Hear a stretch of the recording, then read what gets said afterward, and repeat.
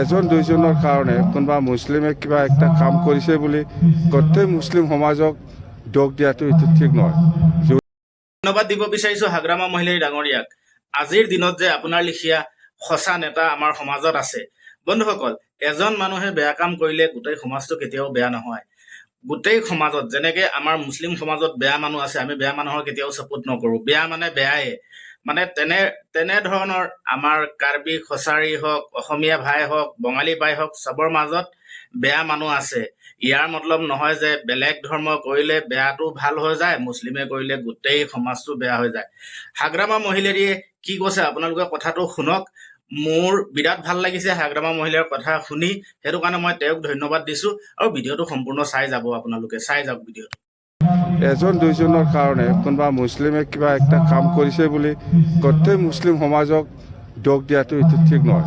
যোনে দোষী, যোনে কালপিত, ইয়াক ধৰি পেলাই মানে উচিত শাস্তি দিয়াটো প্ৰশাসনৰ কাম, প্ৰশাসনে কৰিব এইটো। কিন্তু এজন দুইজনৰ কাৰণে গোটেই জাতিটো যে বদনাম হ'ব লাগে বা বদনাম দিব লাগে এইটো নহয়। বেংগলী সমাজতো এজন দুইজন বেয়া মানুহ থাকিব, কেলে নাথাকিব। সেই বুলি বেংগলী মানুহ কোনোবা এজনে বেয়া কাম কৰিছে বুলি গোটেই বেংগলী সমাজটো দোষ দিব বিচৰাটো এইটো ঠিক নহ'ব। জাতিৰ মাজত চবে সমান নাথাকে। বড়ো সমাজতো কোনোবা এজন দুইজন বেয়া মানুহ থাকে, কোনোবা মুছলিম সমাজতো থাকে, কোনোবা বেংগলী সমাজতো থাকে, বা কোনোবা অসমীয়া সমাজতো একজন দুইজন বেয়া মানুহ থাকে। তো বেয়া মানুহ ধৰি পেলাই শাস্তি বা প্ৰয়োজনীয়ভাৱে একশ্যন লোৱাটো ভাল, এইটো প্ৰশাসনৰ দায়িত্ব।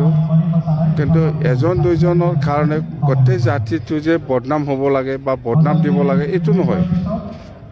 হয়, আমাৰ বড়ো সমাজতো কোনোবা এজন দুইজন বেয়া মানুহ থাকে, মুছলিম সমাজতো আছে, বেংগলী সমাজতো আছে।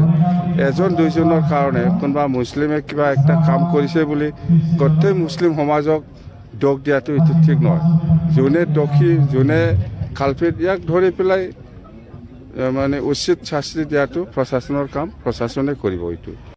আকৌ এবাৰ হাগ্ৰামা মহিলাই ডাঙৰীয়াক ধন্যবাদ দিব বিচাৰিছো যে আজিৰ দিনতো আপোনাৰ লিখীয়া নেতা আমাৰ সমাজত আছে। আৰু ইমান ধুনীয়াকে যে আপুনি উপস্থাপন কৰি বুজাই দিলে। বন্ধুসকল, মই ক'ব বিচাৰিছো, এজন মানুহে দোষ কৰিলে কেতিয়াও সমাজটো দোষী নহয়। সমাজে কেতিয়াও কৈ নিদিয়ে তুমি তেনেকে অপৰাধ কৰা, এনেকে অপৰাধ কৰা, কেতিয়াও সমাজে কৈ নিদিয়ে। আৰু তেনেকে মানুহৰ আমি কেতিয়াও ছাপোৰ্ট নকৰোঁ। সেইটো কাৰণে বন্ধুসকল কৈছো, কেতিয়াও যদি মোৰ সমাজত যদি, আমাৰ মুছলিম সমাজত যদি কোনোবাই বেয়া কাম কৰিছে, ইয়াৰ মতলব এইটো নহয় যে গোটেই মুছলিম সমাজটো বেয়া। এও মানে প্ৰশাসনে হওক, আইনৰ আওতালৈ আনি যি শাস্তি দিব লাগে শাস্তি দি পেলাই এওঁৰ বিচাৰ কৰিব লাগে। তাতে মুছলমান সমাজে কেতিয়াও ছাপোৰ্ট নকৰে। অপৰাধী মানে